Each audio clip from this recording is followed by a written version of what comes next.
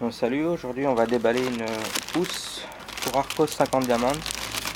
C'est donc une housse qui vient de chez Norev, donc un modèle en cuir qui est fabriqué à la main avec un beau packaging. Hop.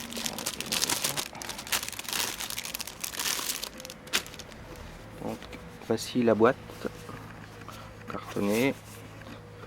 À l'intérieur on a encore un autre étui en tissu et enfin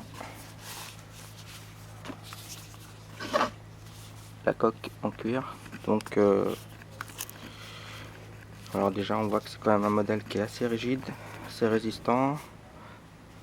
Les finitions, bon ben il n'y a pas grand chose à dire, c'est du fait main, donc c'est très bien fini. Donc après le seul truc c'est que c'est relativement épais. Tout de suite on se rend compte qu'on a déjà en main quelque chose d'assez conséquent. Bon, ben, c'est le revers de la médaille pour ce type de modèle.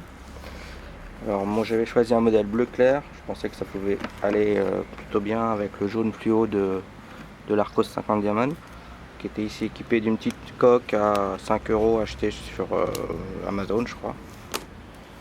Donc on va insérer ça.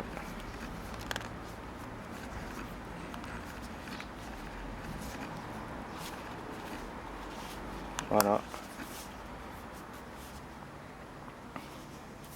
Alors la particularité de cette coque, c'est donc d'être en cuir, comme je vous disais. Il y a un clapet avec des ranges cartes sur la gauche. Alors on accède au bouton volume et power sur la tranche gauche. Il faudra voir à l'usage si c'est pas trop contraignant, parce que c'est-à-dire qu'il faut vraiment ouvrir pour pouvoir accéder au bouton. Donc d'une main c'est pas forcément évident, je pense qu'il faut avoir les deux mains, ou alors il faut vraiment ouvrir et puis appuyer avec le pouce. Alors normalement cette coque là, voilà, on peut aussi défaire un petit clapet à l'arrière qui permet en fait de poser le téléphone en position horizontale pour éventuellement regarder un film dans un train ou quelque chose comme ça, regarder des vidéos. Bon, là je suis pas sur une table très stable. Alors faut voir si le petit clapet de fermeture ne vient pas trop devant l'écran. Je pense que comme c'est du cuir, ça va se faire un petit peu et on pourra le poser, voilà, il reste derrière sans problème. Qu'est-ce que je peux dire d'autre? Donc il y a une petite grille là pour laisser passer le son du haut-parleur. Donc ça se referme. Voilà, là on a un petit clapet, une fermeture donc aimantée qui trouve assez facilement sa position tout seul. Donc toujours l'accès bien sûr à la prise jack. Un petit trou pour laisser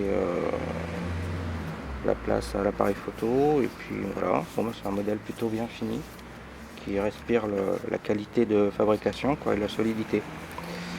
Voilà, je vous ferai quelques photos et je laisserai mes remarques dans l'article. À bientôt, ciao.